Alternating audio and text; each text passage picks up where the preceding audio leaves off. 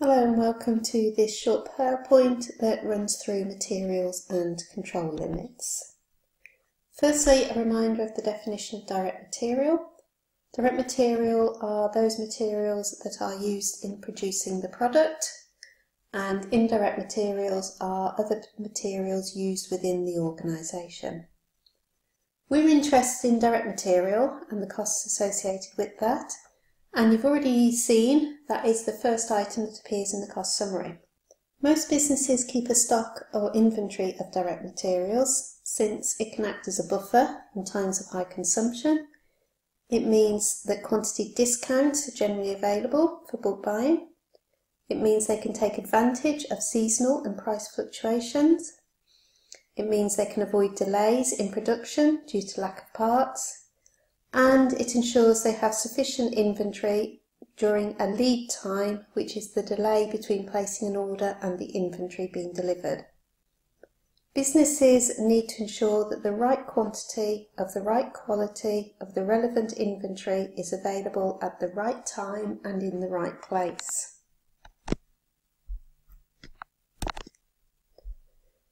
They need to get the inventory level correct.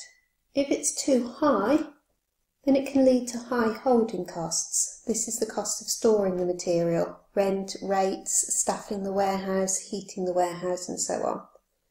There's a high cost of capital, which is the cost of investing in the material. There's a danger of the material becoming out of date before it's sold. There is a huge amount of capital tied up in that material, which cannot then be used elsewhere. And it means that if market prices drop, the business can lose out because they cannot afford to buy any more material since their warehouse is already full. If the inventory levels are too low, then the demand cannot always be satisfied.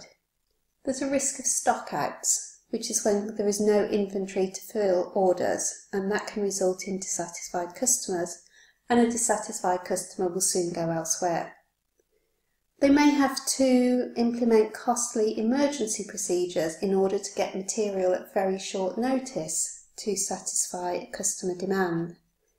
And they will have to place orders more frequently. And with ordering comes ordering costs, which is the administration costs, communication costs that are incurred every time an order is placed.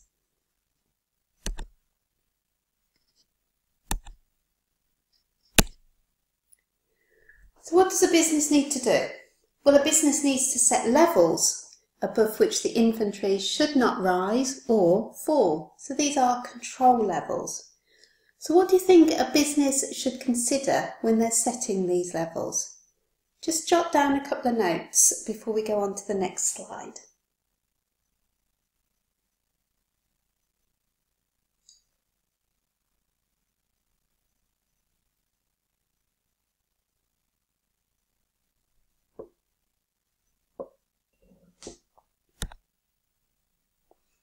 So, a business needs to think about customer demand, the size of the warehouse, the time it takes for stock to be delivered, how much it costs to place an order, how much it costs to hold items in stock.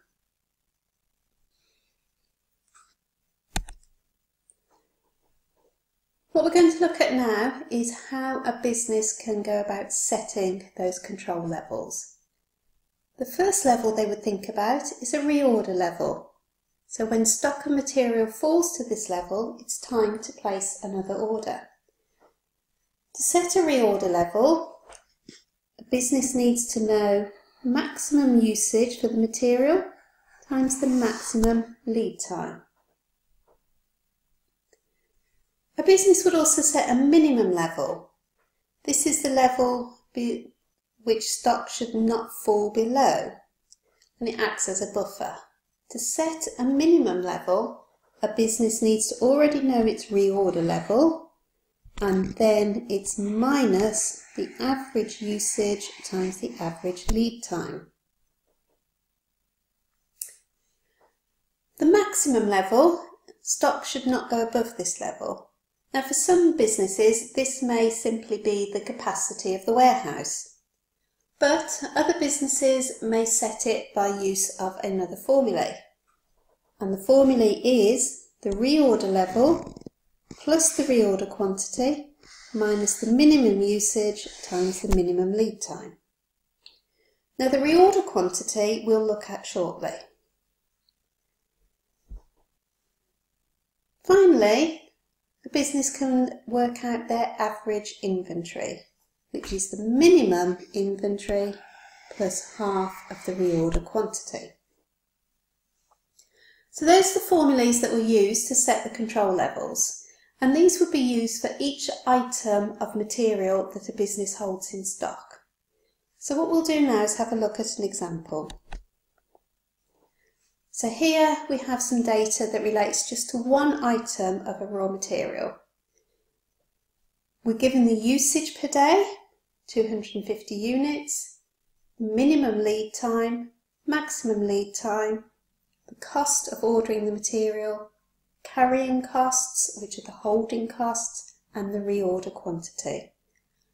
Now some of this information is not relevant yet, so what we need to do is just pick out what we need for the reorder level, the maximum and the minimum levels. So we need to know usage, we need to know lead time, and we need to know the reorder quantity. So how do we use those figures? The reorder level is the maximum usage times maximum lead time.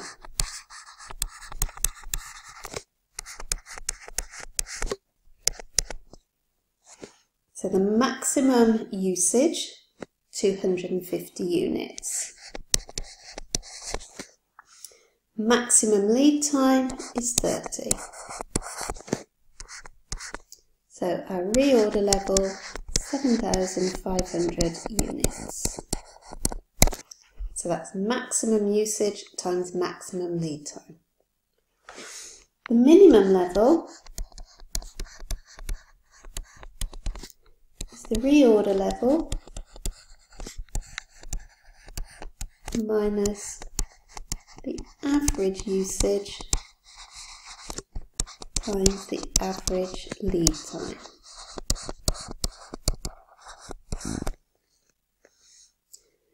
So we've calculated the reorder level to be 7,500. Average usage, we only have one usage figure, so we have to use that. Average lead time we can work out. We have a minimum and a maximum lead time. So to average those two figures, add them together and divide by 2. So our average lead time, 25. So that gives us 1,250 units as a minimum. And the maximum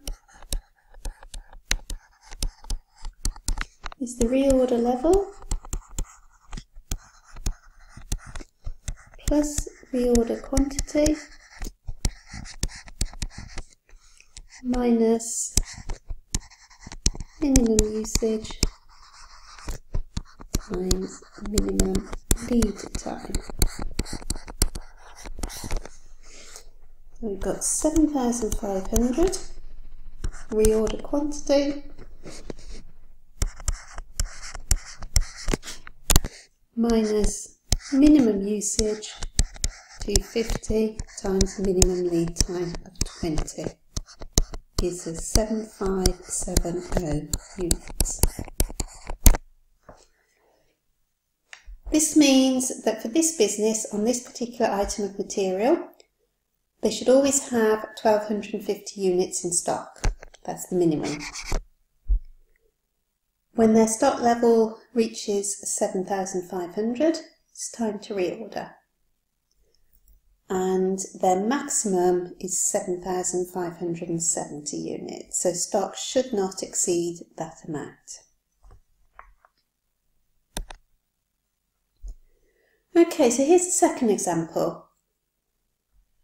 Here we have 3 different usages, Average is 1,000, minimum is 800, maximum 1,350. Our order quantity is 9,000 kilos.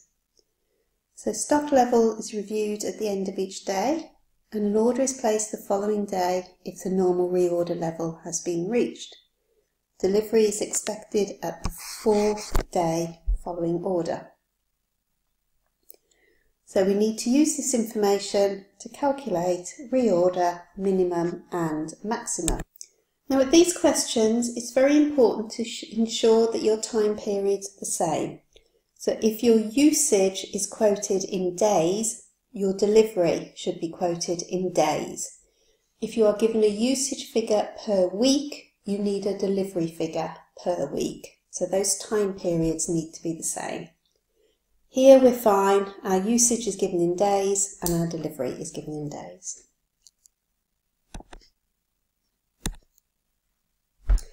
So the reorder level, maximum usage times maximum lead time. So 1,350 times 4 days. Our minimum level is that reorder level minus the average usage times the average lead time.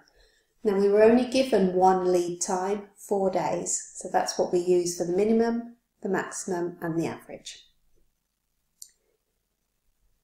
And finally we have the maximum level, that's our reorder level, 5,400 plus our reorder quantity, 9,000, minus our minimum usage, which was 800, and our minimum lead time, 4 days.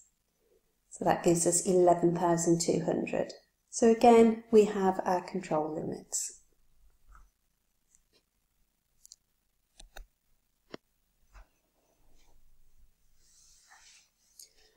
So far, we've been given the quantity to order.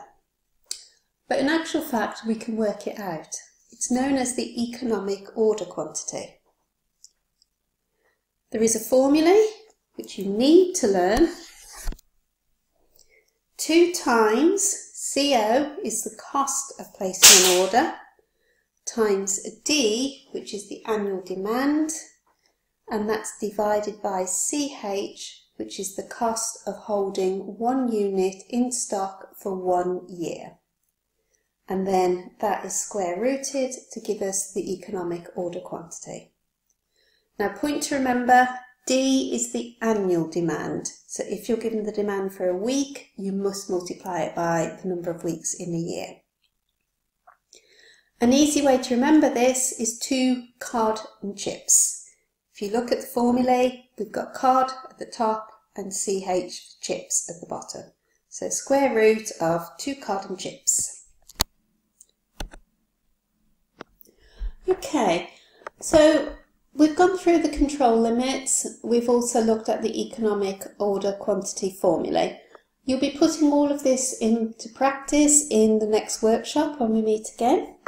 There is just one other thing that I would like you to have a look at, and that is what's known as just-in-time. Just-in-time is a method of controlling stocks to try and avoid holding high stocks of material.